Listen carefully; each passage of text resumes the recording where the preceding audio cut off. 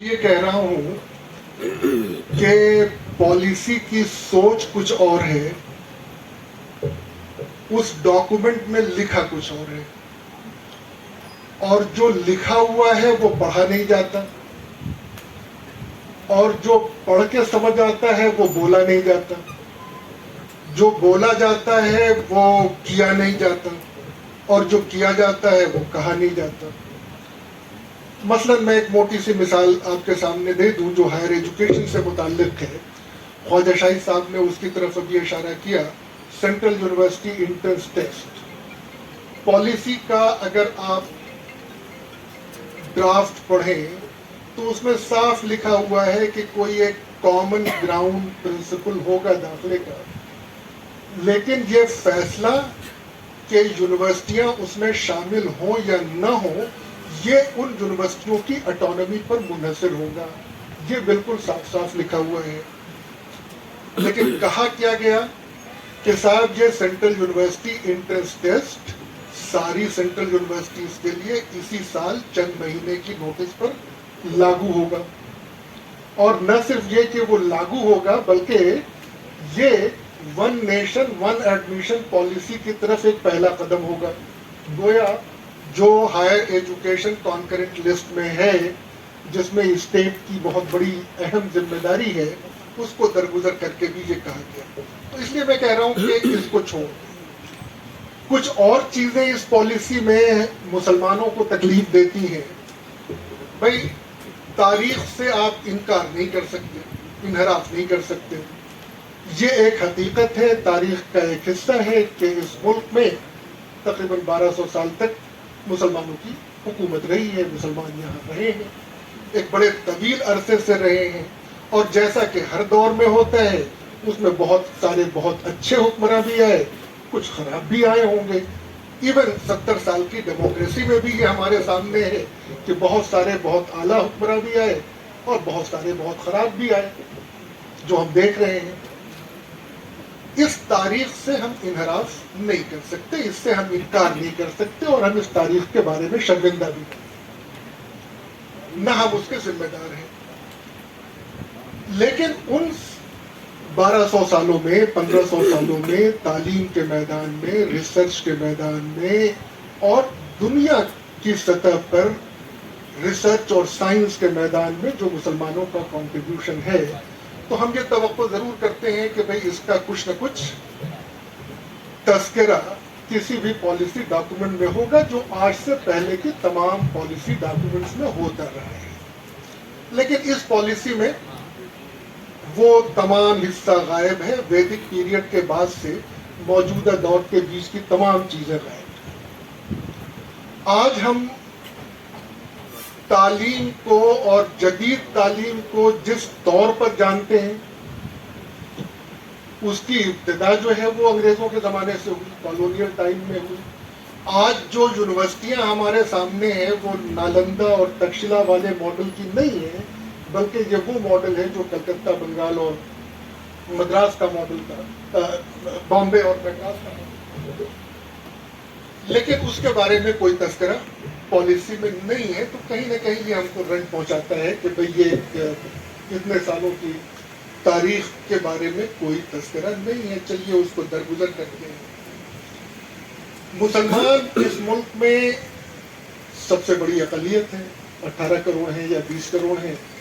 کچھ لوگوں کا کہنا ہے ایک پروگرام میں کہ نہیں صاحب آپ یہ نہ کہیے کہ مسلمان اس ملک میں اقلیت ہیں، بلکہ یہ کہیے کہ مسلمان دوسری سب سے بڑی اکثریت ہے اس ملک میں۔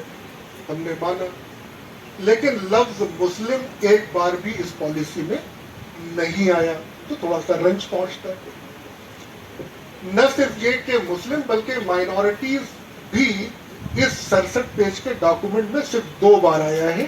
ایک بار یہ کہنے کے لیے کہ مسلمان تعلیمی اعتبار سے پسماندہ ہیں، اور دوسری بار یہ کہنے کے لیے کہ جو ایک نیا گروپ، ایک نیا کنسپچولائزیشن اس پالیسی میں دیا گیا ہے، socially economically deprived group, SEDG، جس میں schedule caste, schedule tribe, OBC، physically challenged, visually challenged, economically deprived women, میں نے کچھ رف کیلکولیشن کیے تھے تو تقریباً ہندوستان کی آبادی کا 75% حصہ اس ایس ای ڈی جی میں کیلکولیٹ ہو جاتا ہے. تو یہ کہنے کے لیے کہ مسلمان مائنورٹیز بھی اس ایس ای ڈی جی میں شامل ہوں گے تو تھوڑی سی تکلیف ہوتی ہے. لیکن جیسا کہ ابھی اعظم صاحب فرما رہے تھے اور خواجہ شاہد صاحب نے فرمایا کہ اب اگر ان چیزوں کو لے کر کے اور ہم پریشان رہیں اور یہ سوچتے رہیں کہ ہاں ایک چیز میں اور کہنا بھول گیا تھا اس کے پہلے کہ میں اس پہ آؤں. ہمارا ملک کا آئین ہمیں اس بات کی اجازت دیتا ہے اور اس میں لکھا ہوا ہے کہ ہم اپنے کلچر، اپنی تہذیب، اپنے تمدن، اپنے ثقافت اور اپنے مذہب کی بقا اور اس کے فروغ کے لیے جو کچھ ممکن ہو ہم کریں، اور اس کے لیے اسٹیٹ ہمیں پوری آزادی دیتی ہے. تو اس لیے اگر مدارس کا نام پالیسی میں نہ آئے، مدرسوں کا نام، مکتب کا نام پالیسی میں نہیں آئے تو بھی ہمیں رنج پہنچتا ہے. تو کوئی اسپیسیفک پالیسی اس کے بارے میں نہیں ہے. لیکن یہ سب کہنے کے باوجود اب چند سوالات ہیں جو کہ ہم لوگ کر سکتے ہیں. کیا یہ سب نہ لکھنے کے بعد یہ پالیسی کوئی پابندی لگاتی ہے کہ ہم مسلمان اپنے ادارے قائم نہیں کر سکتے؟ میرا جواب بالکل صاف واضح ہے کہ نہیں، ایسی کوئی پابندی. یہ تو ہو سکتا ہے کہ شاید وہ سہولت جس کے کہ ہم لوگ کچھ دنوں تک عادی ہو گئے وہ سہولت نہ ہو، وہ فیسیلیٹیشن نہ ہو، شاید کچھ دوسری اڑچنیں سامنے اس میں آ جائیں، شاید ریگولیٹری کمپلائنسز کی ریکوائرمنٹ بڑھ جائیں، شاید فارن ایکسچینج اور فارن ایکسچینج مینجمنٹ ایکٹ کے پروویژن اور کر دیے جائیں. میں اسی راجستھان کے ہی ایک یونیورسٹی کی بورڈ آف مینجمنٹ سے میں یہ کہہ کے معذرت کر چکا کیونکہ اس میں ایک انڈرٹیکنگ دینی تھی کہ صاحب ان کے یہاں جتنے فارن ایکسچینج اگر کچھ آئیں گے تو میں بطور ممبر سرکار کو اطلاع کروں گا، بورڈ آف مینجمنٹ کو نہیں، سرکار کو اطلاع کروں گا کہ ان کے پاس اتنے فارن ایکسچینج آئیں. تو میں نے کہا بھائی میں تو ایک انڈیپینڈنٹ ممبر ہوں، میں آپ کی سوسائٹی کا حصہ نہیں ہوں، میں یہ کیسے بتا سکتا ہوں؟ اور یہ تو بڑی ذمہ داری کی بات ہو گئی. بالآخر شاید وہ یونیورسٹی سیما نہیں لے پائی تو کئی اور ممبرس نے بھی یہ بات اٹھائی. تو اس طرح کی اڑچنیں آ سکتی ہیں، لیکن آپ کے اپنے تعلیمی ادارے کھولنے پر کوئی پابندی نہیں. اور ابھی انسٹیٹیوٹ آف آبجیکٹیو اسٹڈیز کی ایک ریسرچ کا میں نے ایک ریویو کیا تھا. ایک صاحبہ ہیں، انہوں نے بڑی مشکل سے اور آر ٹی آئی وغیرہ کا استعمال کرتے ہوئے وہ سارے پچھلے 25-30 سالوں میں کتنی مسلم مائنورٹیز انسٹیٹیوشن الگ الگ طریقے کے کھلے اور اس میں کیا اضافہ ہوا، بابری مسجد کے ڈیمولیشن کے بعد سے لے کر کے آج تک، اور ایک بڑی مکمل لسٹنگ انہوں نے تیار کی. تو ان کی تعداد میں مستقل اضافہ ہو رہا ہے اور پچھلے 7 سالوں میں بھی ان میں کمی نہیں آئی ہے، اضافہ ہوا ہے. تو اس سے ایک امید کی کرن دکھتی ہے. دوسری چیز کہ اب ایک چیلنج ہمارے سامنے ہے. چیلنج یہ ہے کہ اس میں ایک اسکولوں کے حوالے سے، اور ایون مدرسے کا نام نہیں ہے، گروکل کا نام نہیں ہے، لیکن ان سب کو ملا کر کے ایک لفظ کا استعمال ہوا ہے جس کو کہ آلٹرنیٹیو ایجوکیشن کہا گیا ہے. تو ان آلٹرنیٹیو ایجوکیشن کے بارے میں یہ ہے کہ صاحب وہ ادارے بھی اکنامیکلی اور اکیڈمیکلی وائبل ہونے چاہیے.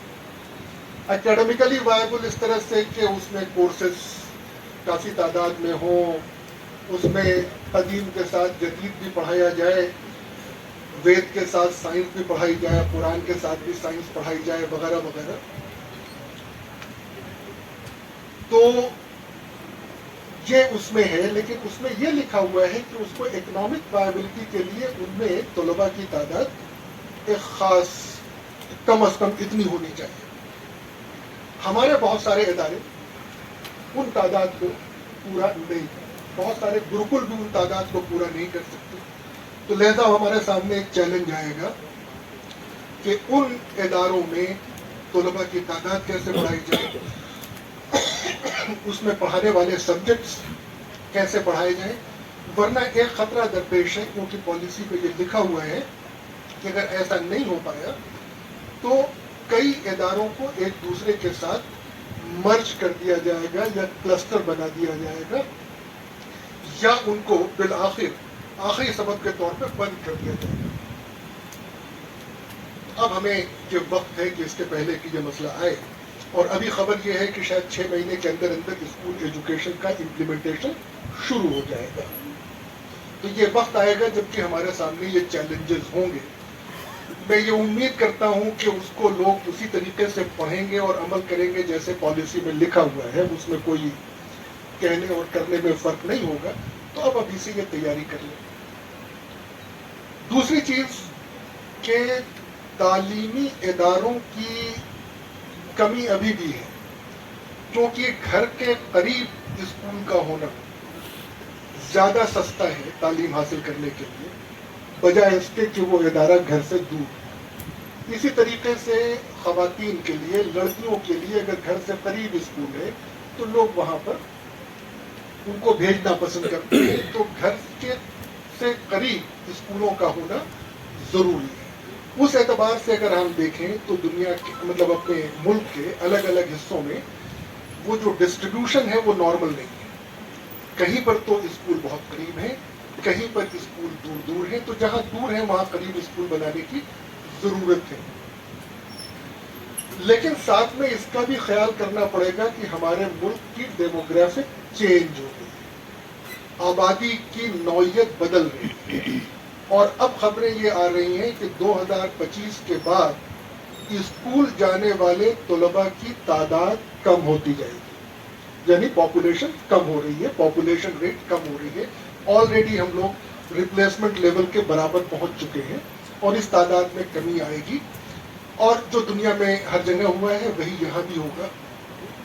تو جیسے جیسے یہ ہوگا کہ طلباء کی تعداد کم ہوگی، تو جو ہم نے جرمنی میں دیکھا، جو ہم نے یورپ کے دوسرے ملکوں میں دیکھا کہ اسکول ہیں بچے نہیں ہیں، ایون اپنے یہاں ہماچل میں دیکھا کہ پہلے تو انہوں نے ہر قریے اور ہر گاؤں میں اسکول بنا دیا تھا، بعد میں دیکھا کہ اب وہاں پر طلباء 1 یا 2 بچے ہوئے ہیں۔